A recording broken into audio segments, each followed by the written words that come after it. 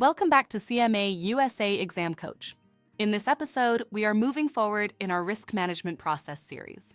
So far, we have already discussed the first step, which is risk identification, and the second step, which is risk assessment. Now it's time to move on to the third step, and that is risk prioritization. Risk prioritization is a very important step because in real life, an organization cannot address all risks at the same time. Some risks may be more severe, some may be more frequent, while others may have only a minor effect. So the question becomes, which risks should management focus on first? That's exactly what we are going to learn in this episode. Let's get started. In this episode, our focus is on the third step, which is risk prioritization. This is the stage where we arrange the identified and assessed risks in order of importance, so that management knows which risks need immediate attention and which ones can be handled later. After risks have been identified and assessed, the company must decide which risks rank the highest in priority and should therefore be addressed first. Not all risks are equal. Some may cause minor disruptions, while others can have a devastating financial or operational impact. Risk prioritization helps us separate the most critical risks from the less urgent ones. There are 4 key measures often used to rank risks. First, expected loss. This represents the average or anticipated amount of loss, given a set of probabilities. It helps management understand the most likely financial impact from a risk. Second, unexpected loss. This refers to potential losses that go beyond the expected level due to unusual or extreme conditions. These are less predictable, but important to consider in planning. Third, maximum probable loss. This is the highest loss that is likely to occur under normal adverse conditions. It gives a realistic worst-case scenario that companies can prepare for. And finally, maximum possible loss.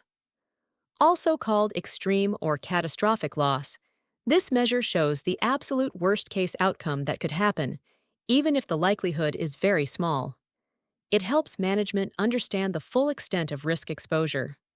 By considering these 4 measures, companies can rank risks in terms of urgency and severity, and then allocate resources to address the most threatening risks first. Let's now talk about expected loss. An expected loss is the amount that management expects to lose from a given risk per year on average, if we observe the risk over several years.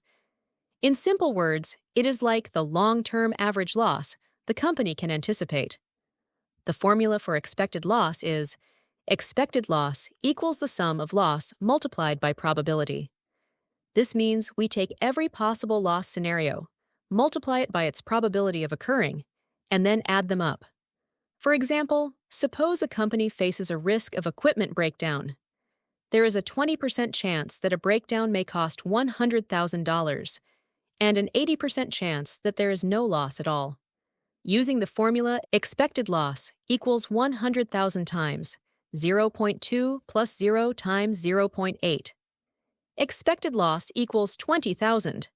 So, on average, the company can expect to lose $20,000 per year from this particular risk. This does not mean the company will lose exactly $20,000 every year. Some years the loss may be zero. Other years it may be the full $100,000.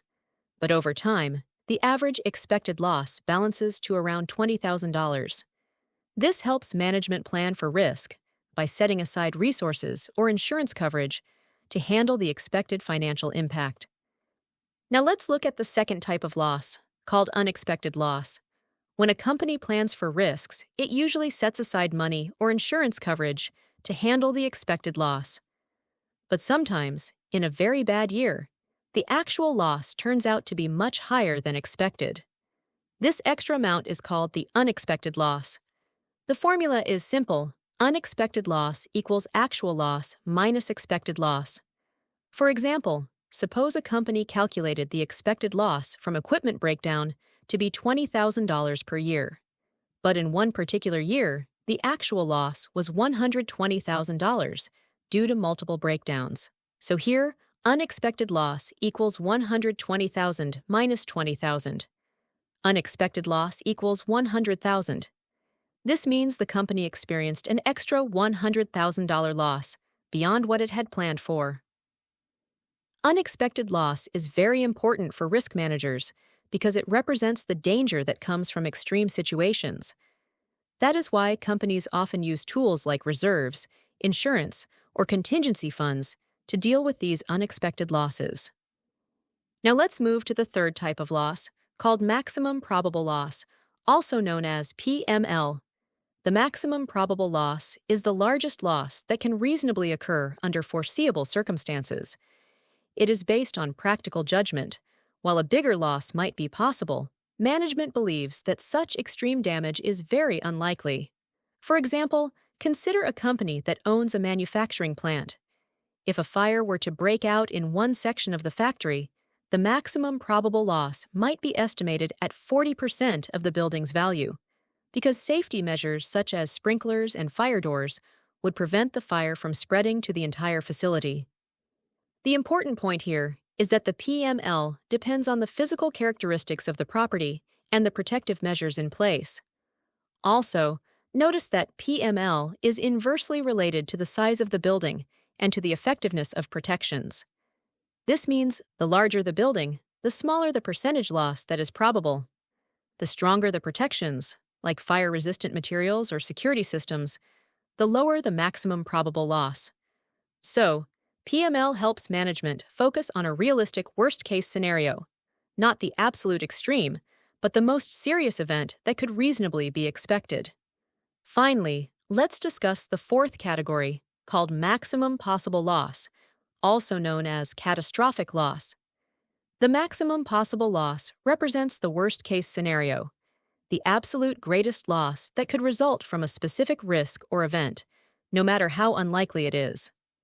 For example, if we take the case of a company's factory building, the maximum possible loss would be the total destruction of the building along with all its contents.